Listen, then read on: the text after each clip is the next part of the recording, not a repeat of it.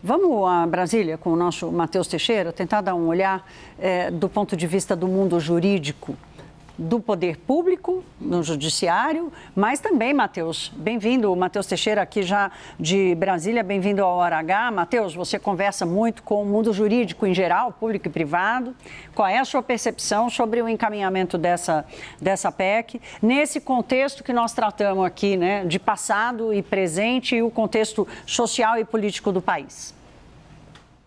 Boa noite, Thaís. Boa noite, Pedro, Juliana, todo mundo que está conosco nessa noite de quarta-feira. Uma coisa é certa, no Supremo Tribunal Federal, a maioria dos ministros é contra a redução da maioridade penal. O Supremo Tribunal Federal não costuma hesitar em adotar medidas para desencarcerar, porque há uma visão ali que há um encarceramento em massa, que como o próprio ex-ministro Luiz Roberto Barroso, recém-aposentado antecipadamente do Supremo, ele sempre disse que o Brasil prende muito e prende mal, e que, portanto, o Brasil tinha mais era que aperfeiçoar os mecanismos de combate à criminalidade e de encarceramento de pessoas que, de fato, têm que ser presas, porque depois de presa a pessoa pode ser, como a Juliana bem disse, cooptada por alguma das facções criminosas. Mas a reação do Supremo a isso, uma vez que, caso aprovado no Congresso, muito provavelmente o Supremo vai ser chamado a dar a palavra final, vai depender muito ali na visão de integrantes do Supremo do timing político, do momento que isso acontecer, porque uma vez aprovado no Congresso com ampla maioria, derrubar a medida também tem uma questão política, uma sensibilidade política que deve ser medida pelos ministros do Supremo na hora do julgamento. Por exemplo, a questão das audiências de custódia, que é muito criticada pela direita, foi criado pelo CNJ na gestão do ministro Ricardo Lewandowski e muito bem aceita dentro do Supremo Tribunal Federal. Mesmo o habeas corpus coletivo para mulheres grávidas ou mães de filhos pequenos também foi aprovado pelo Supremo Tribunal Federal. Portanto, o Supremo, o ministro Gilmar Mendes, por exemplo, que costuma ser muito influente dentro do Supremo, quando foi presidente do STF e do CNJ, ele fez um mutirão para concessão de habeas corpus de pessoas que não deviam estar mais presas, de prisões preventivas alongadas. Portanto, o histórico recente do Supremo é de adotar medidas para reduzir o encarceramento e na defesa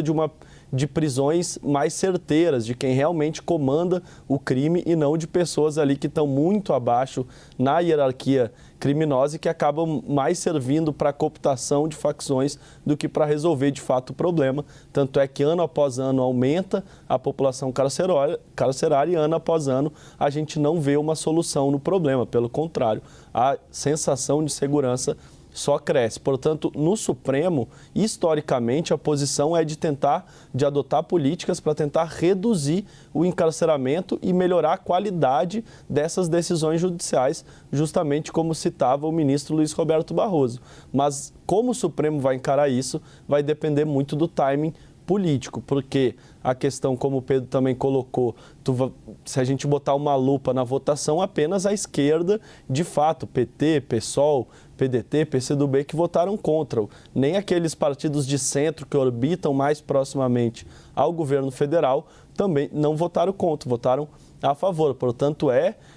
como a boa analogia aí com a questão do 6x1, tem muito apelo popular, tem uma aceitação popular essa pauta, pode correr rápido, tanto é que já está tramitando aí com celeridade, até pela questão eleitoral e tudo mais, e se passar muito em breve o Supremo ainda estiver numa situação ali de mais enfrentamento com o Congresso, pode ser que não tenha a decisão de derrubar a medida, mas a visão dos ministros é uma visão contrária a essa medida, até a gente comparando com os últimos